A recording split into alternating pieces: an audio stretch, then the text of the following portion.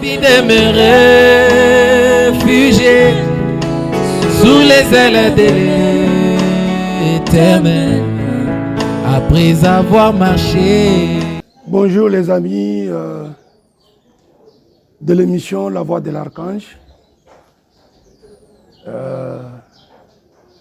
L'émission focalisée sur le ministère des saints anges dans le royaume du Père sur la terre.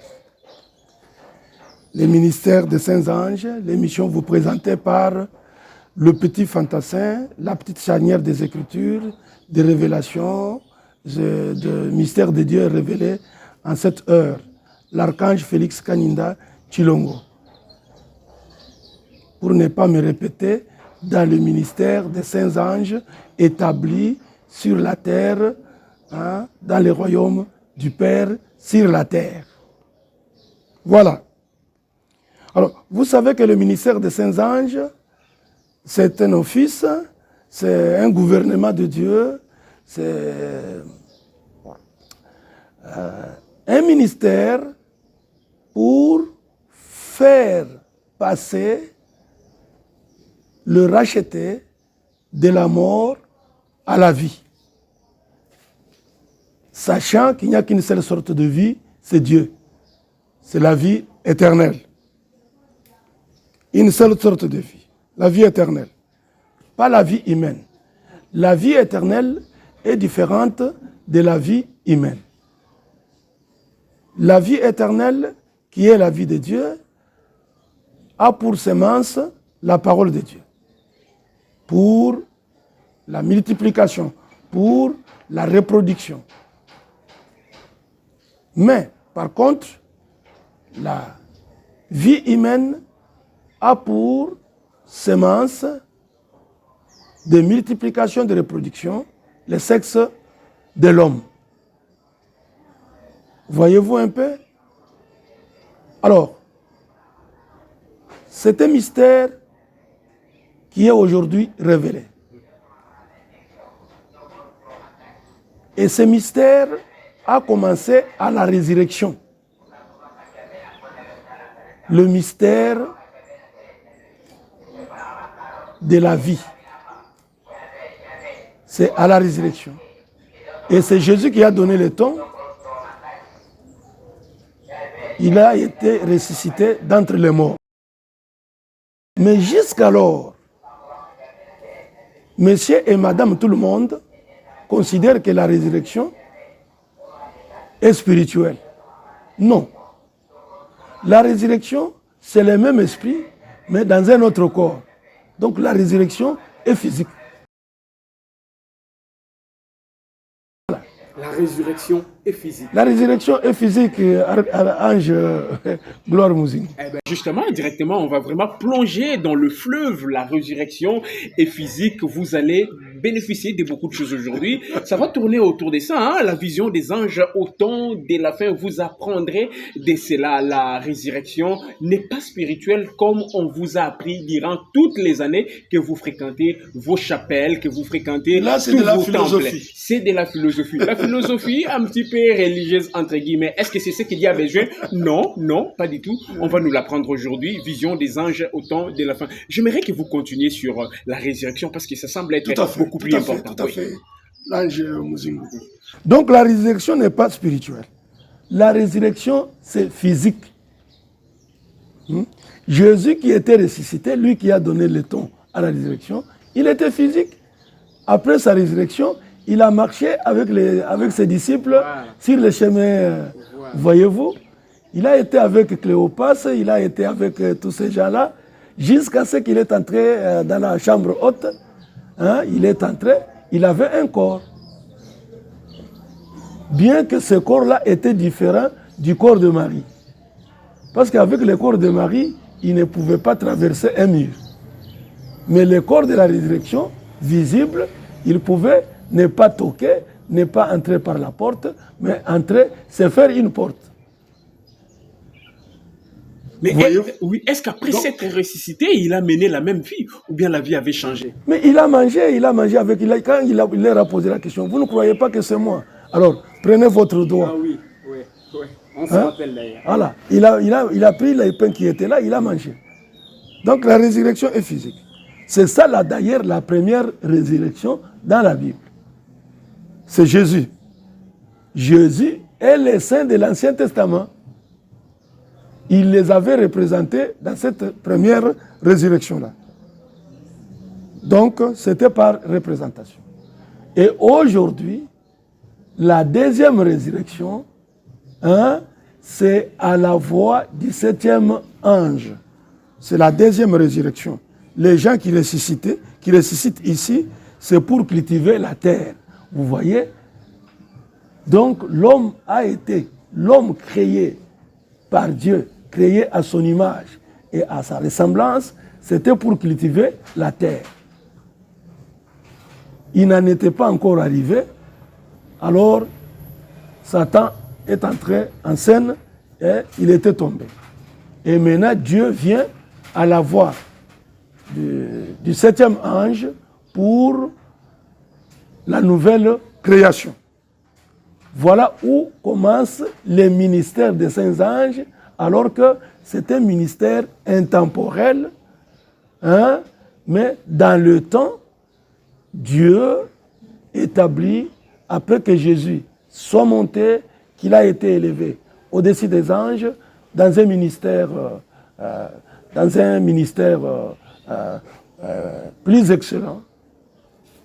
Alors, il retourne sur la terre, lui comme l'ange puissant, le Fils de l'homme, à la voix de l'archange, et il descend avec tous ses anges. Alors descendre, c'est prendre des formes. Donc tous ces anges prennent la forme des hommes. Et Dieu les établit d'office dans leur ministère. Donc la deuxième résurrection, ce sont des gens qui ressuscitent ici pour cultiver la terre. Alors là, le roi et la reine demeurent dans la ville.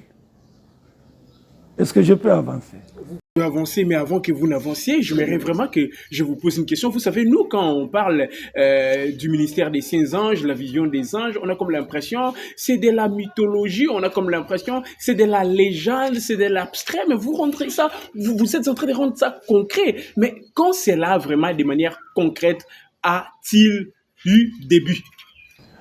Très bien, merci. Regardez à la résurrection de Jésus-Christ. Les anges ont été établis dans leur ministère. Comme les sacrificateurs étaient établis que dans les temples. Alors qu'avant les temples, il y avait des sacrificateurs. Mais ils n'étaient pas établis. Ils sont établis, ils sont placés potentiellement dans leur rôle quand il y a eu la construction du temple. C'est comme les Éphésiens 4. Ils ont toujours existé. C'était des serviteurs de Dieu. Mais c'est quand Jésus a fondé l'Église que les Éphésiens 4, c'est-à-dire ceux qui ont la parole, sont entrés en action. Ceux qui avaient la loi n'étaient pas établis avant la construction des temples. Ceux qui ont la parole n'étaient pas établis dans l'Église avant la fondation de l'Église. Et aujourd'hui, c'est à la fondation du royaume, c'est Jésus qui est venu fonder le royaume sur la terre quand il vient comme roi. Pas l'avenue de l'ignominie, pas l'avenue de la mort, mais l'avenue de la gloire. Quand il vient dans la gloire, il vient comme roi avec la reine pour demeurer dans la ville. Mais avant de demeurer dans la ville, il installe, il établit les anges dans leur rôle. Selon Matthieu chapitre 25, le verset 31, le Fils de l'homme, à son retour, il vient avec tous ses anges. L'archange, ça c'est une histoire ou une description d'une révélation, ce que vous nous faites là? Ça, c'est la révélation de mystère. L'Église a la révélation de la parole. La parole, c'est pour les racheter. Les mystères, c'est pour les élus. Vous voyez? Alors, il n'est pas promis dans la Bible que les pécheurs auront les anges. Non, non, non. Les anges, c'est pour les racheter. Les anges, c'est pour les justes. Pour ceux qui ne sont pas des justes, pour ceux qui ne sont pas de rachetés, les anges, c'est pour le jugement. Ce sont les anges qui ont jugé leur... voilà. Hein? Du temps de Lot, ce sont les anges qui ont jugé Sodome et Gomorrhe. Donc, seuls les rachetés ont droit aux anges. L'ange de l'Éternel campe autour de ceux qui craignent Dieu. Donc, ceux qui craignent Dieu, ce sont des rachetés et les élus. Donc, c'est après la résurrection. C'est là où commence le ministère des saints anges. Après la résurrection. Après la résurrection de Jésus. Oui, la première résurrection. Pas avant, la première résurrection. Pas avant sa mort. Donc, les anges, dès ce moment-là, regardez, ce sont les anges qui font la garde de Jésus. Les anges sont les gardes du sceau. C'est comme le ministère de l'Intérieur aujourd'hui. Les anges, c'est la police de Dieu. C'est la justice de Dieu. C'est la police de Dieu. Les saints anges campent autour de ceux qui donc ce sont des rachetés. Ceux qui sont réellement sauvés. Et ça commence à la première résurrection avec Jésus, mais l'installation, l'établissement, l'effectivité, c'est à la voix du 7e ange dans l'Apocalypse. C'est au temps de la fin. C'est pourquoi William Marion Branham, que tous les communs des mortels connaissent comme un prophète, là il dit, il n'est pas un prophète. Il dit que je suis cette voix-là. Je suis la voix de Dieu. À la voix du 7e ange, Branham lui-même, il dit, je suis cette voix-là. Je suis sa voix pour vous. C'est là où il y a la grande confusion pour les frères qui croient au message du temps de la fin. Hein? Pour eux, Branham, il est tout simplement un prophète. Et qu'il recevait la visite d'un ange, ils oublient qu'un ange ne peut aller que vers un ange. Hein? Les véritables fils et filles de Dieu sont des anges. Il a été dit dans la Bible, créons l'homme à notre image et à notre ressemblance. Oui. Ce sont les anges. Donc, vous nous dites ici que Branham n'était pas seulement un prophète, non, mais également un ange, parce que vous venez de dire un ange ne va que vers un ange. Voilà.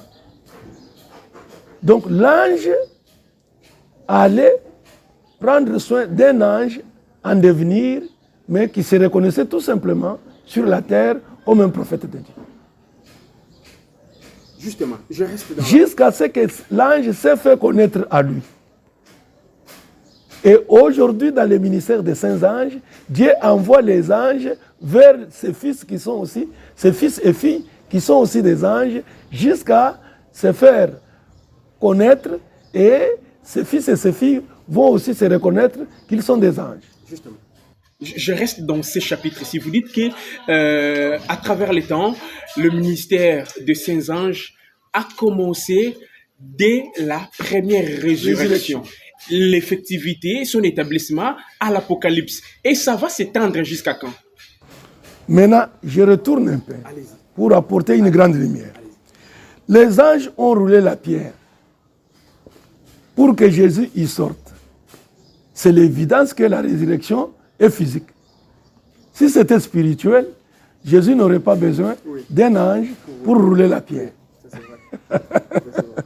Donc, ce n'est pas une résurrection spirituelle. L'homme qui était dans les sépulcres était un homme. Il était le fils du charpentier. Mais celui qui ressuscita d'entre les morts était le Fils de Dieu. Et le corps qu'il avait était le corps parole et non le corps de chair. Nuance bénéfique. Hein? Voilà. Les anges ont roulé la pierre. Il fallait que l'ange soit là pour rouler la pierre parce que la personne qui sortait était une personne physique. Donc la résurrection Loin de vous qui écoutez ces choses, loin de vous, la pensée que les anges sont des esprits. Oui, mais ces esprits-là deviennent des êtres humains. C'est par la puissance, le pouvoir de transformer de Dieu. Dieu a un pouvoir pour transformer. Dieu a un pouvoir. D'ailleurs, ce qui fait qu'il est Dieu, c'est ce pouvoir-là. Oui. Voyez-vous? Voilà. Donc, c'est à la première résurrection que ce ministère-là a commencé. Regardez, Actes chapitre 1, le verset 6. C'est Jésus qui monte, qui parlait. Ce sont les deux anges qui étaient avec lui. L'histoire des pasteurs était terminée dans la chambre haute. Les Éphésiens 4 avaient la parole de la prophétie. Ils n'avaient que l'évangile de la croix. C'est la parole de Dieu. C'est pour les racheter. C'est pour les croyants. C'est la sémence de Dieu pour la nouvelle naissance dans l'Église. Par contre, les mystères, c'est l'apanage des anges. Les Éphésiens 4, donc les apôtres, les évangélistes, les prophètes, tous ces gens-là, ils ont, c'est un ministère de la parole. Mais les anges ont un ministère des mystères. C'est pourquoi vous voyez la confusion qu'il y a dans les églises. Ils vont toucher à du n'importe quoi. La matière qui n'est pas la leur. C'est ça la confusion. Et ils sont placés dans l'église pour la pluie de la première saison. Vous voyez? Les anges, c'est pour la pluie de l'arrière-saison. Mais les anges prennent le tout. Ils ont la connaissance de la pluie, de la première pluie, et ils ont la connaissance de l'arrière-pluie. Alors, toutes les deux pluies, ensemble, c'est ça le ministère des saints anges, pour faire sortir les fils et les filles de Dieu dans l'église qui n'est devenue que la Odysséenne. Donc Dieu n'y est plus. L'église a poussé la Bible dehors. L'église a poussé la parole dehors. L'église a fait tomber la barrière. Voilà. Tout ce qu'il y a dans les églises aujourd'hui, c'est la mondanité. C'est de la culture. De l'Hollywood. Voilà, culture humaine. Voyez-vous? Il n'y a que le monde, il n'y a que des cultures, il n'y a que la philosophie humaine. Ça, c'est du christianisme. Le christianisme, c'est du catholicisme restauré. C'est la bête, c'est le serpent ancien, c'est le dragon, c'est le diable qui est dans l'église du Seigneur aujourd'hui, et il n'y a que de la fumée. Il n'y a qu'une partie de danse. Il n'y a qu'une partie, une chanson. Tout est la chair. Mais dans les royaumes, par contre, on n'y entre que quand il y a toutes les deux pluies. La pluie de la première et de l'arrière-saison. Maintenant, toutes les dénominations, toutes les organisations, quand il y a cette pluie-là, vous voyez, ça inonde et les canards montent. Ils montent par-dessus les barrières dénominationnelles. Nous sommes catholiques, nous sommes protestants, nous sommes méthodistes, nous sommes témoins de Jéhovah. Nous sommes ceci. Tout ça, c'est du charnel. De la chair à la dernière personne comme ça, ils n'ont pas reçu le Saint-Esprit. Pourquoi?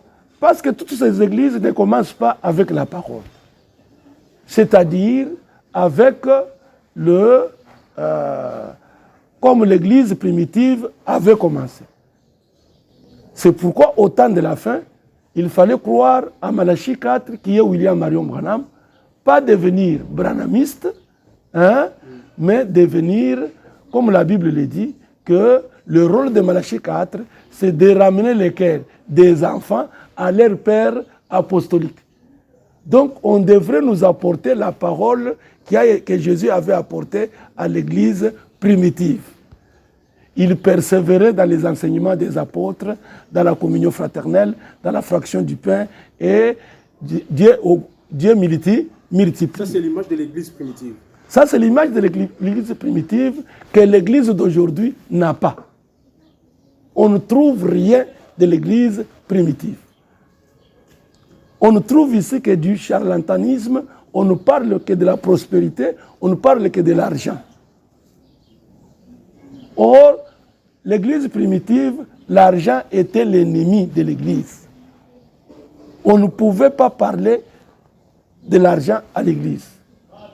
On ne pouvait pas parler de l'abondance matérielle. Quand les choses matérielles ont commencé à abonder, Pierre a dit, laissons ça, cherchons des diacres, des hommes spirituels pour recevoir le bien matériel et les distribuer à ceux qui en amènent, mais qui sont dans l'église. Est-ce que c'est pas pour autant, ce n'est pas parce qu'il est maintenant autre temps, autre mœurs, parce que ceux qui ont vécu lors de l'église, lors de l'époque de l'église primitive, s'ils étaient aujourd'hui, est-ce qu'ils ne seraient pas tombés également dans les guet-apens de ceux d'aujourd'hui, dans le piège de ceux? Non mais écoutez, l'église du début était éphésienne, c'est-à-dire qu'elle avait l'entière parole. Mais Paul a dit qu'après moi, il y aura des gens qui vont venir pour commencer à ajouter des petites histoires. Il a parlé du nicolaïsme. Nicolas, c'était un croyant dans l'église, mais qui était très intellectuel. Il était intellectuel, il était scientifique. Alors il a apporté l'intellect, la science et toutes ces choses pour... Il a fait de l'intruit. Voilà. Et il y a eu le balamisme. Le balamisme, c'est-à-dire ceux qui veulent corrompre pour avoir une place au sein de l'église. Quand un homme riche arrive, il s'impose avec son argent. C'est le balamisme. Alors toutes ces choses, le nicolaïsme, le balamisme, le jézabélisme, la femme qui s'impose dans l'église, la femme qui se fait impressionner, alors qu'elle, dans l'assemblée des saints, elle devait se taire et s'asseoir, ne pas même se lever. Nous y vivons aujourd'hui. Voilà.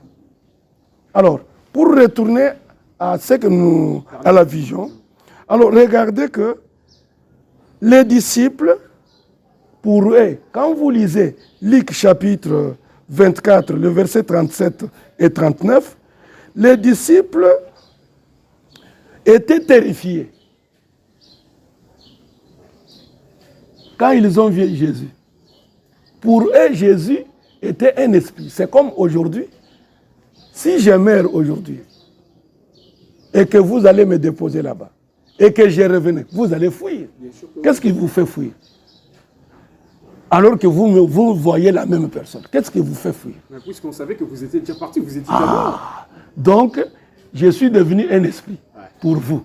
Alors, vous avez une paire des esprits. Or, Dieu est esprit. Les fils et les filles de Dieu sont aussi esprits. Mais des esprits qui sont devenus des êtres humains, mais gardant toujours leur caractère spirituel, quand bien même ils vivent dans des corps. Cet esprit, c'est l'esprit de Dieu. Ce n'est pas l'esprit du monde.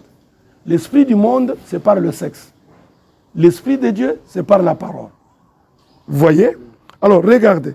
Les disciples étaient terrifiés, croyant voir un esprit. Jésus a dit non, non, ne soyez pas terrifiés, c'est bien moi. Regardez. Vous voyez le mystère? Hein? Même s'il vous a été révélé, ça gardera toujours un caractère mystérieux. Alors, il faut être un véritable fils. Pas un fils autoproclamé, comme vous le faites aujourd'hui. Des serviteurs de Dieu, autoproclamés. Des enfants de Dieu, autoproclamés. Tout le monde aujourd'hui s'autoproclame. Il n'y a pas la loyauté. Vous voyez? Or, Dieu est esprit. La loi de l'esprit. Alors, regardez, les disciples étaient terrifiés, croyant voir un esprit. Voyez-vous? Et c'est jusqu'à aujourd'hui. Il faut recevoir le ministère des anges. Il faut croire à ce ministère pour réaliser que Dieu est sur la terre. Comment il est sur la terre? Nous voyons son royaume. Il n'y a pas un royaume sans roi. Il n'y a pas un royaume qui commence par des individus sans qu'il y ait un roi. Il faut d'abord un roi et une reine, un époux et une épouse, un homme et une femme pour avoir une famille. Vous voyez? Il faut un mâle et une femelle. Et c'est pourquoi aujourd'hui, à la voix du 7e ange, est-ce que tu me suis bien? Parfaitement bien. Branham nous a représentés comme une femelle. Il nous a représentés comme une épouse. Il nous a représentés comme un serviteur. Il nous a représentés. C'est pourquoi il lui a été dit, ne fume ni ne bois, ne suis pas ton corps. Quand tu seras grand, je vais utiliser ce corps. La femme est le corps de son mari. Un corps de service. Et l'épouse, qui est l'église du Seigneur, elle est épouse parole. Elle est épouse spirituelle. Donc, le fils et les filles du royaume, ce sont les anges qui les ressemblent.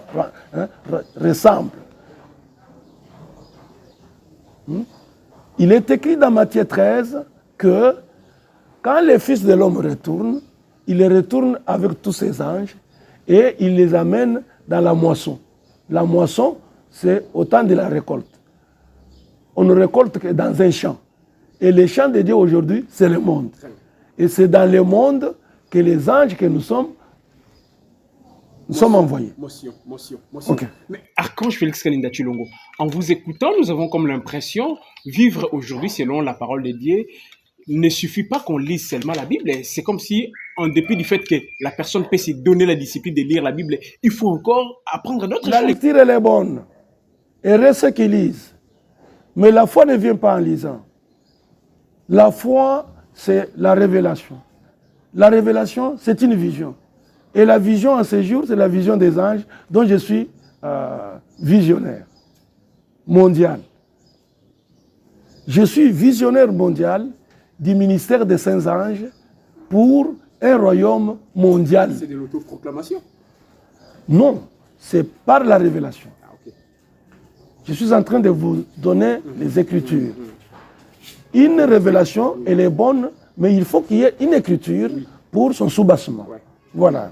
Donc, nous sommes, vraiment, ce sont des choses que l'œil n'a point vues, que l'oreille n'a pas entendues, des choses qui ne sont jamais montées au cœur de l'homme, mais ce sont des choses que Dieu avait préparées pour ses fils et ses filles du royaume.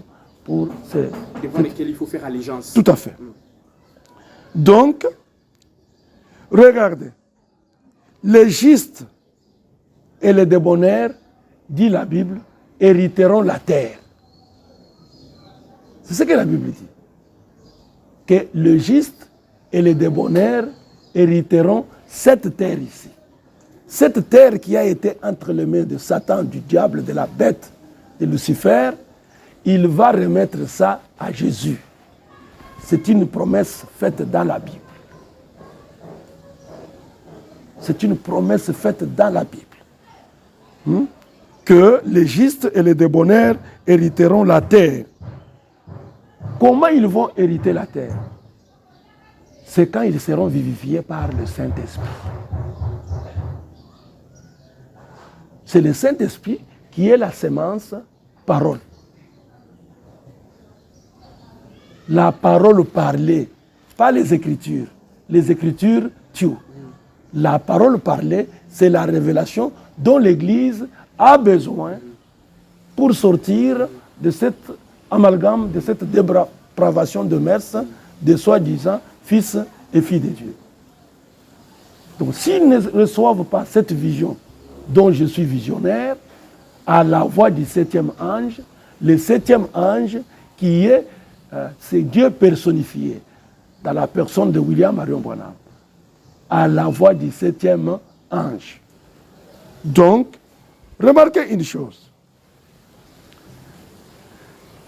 Dans ce ministère, qui est un mystère révélé, Christ, révélé comment? Dans sa propre parole. Ici, le Saint-Esprit se sert de nous. Le Saint-Esprit n'est pas dans les églises bâtiments. Il n'y a pas le Saint-Esprit. Le Saint-Esprit se sert de nous, des anges, de fils et de filles de Dieu, en cette heure. C'est-à-dire Jésus personnifié. On a même photographié cela. Alors, j'aimerais vous faire voir quelque chose. Aujourd'hui, pour servir Dieu, vous devez avoir un diplôme. Vous devez avoir un papier. C'est pour vous justifier devant le monde. C'est pour vous justifier devant l'État, devant le gouvernement et devant Satan. Mais devant Dieu, le diplôme, c'est le Saint-Esprit. Pour le servir. Dieu ne change jamais sa manière de faire les choses.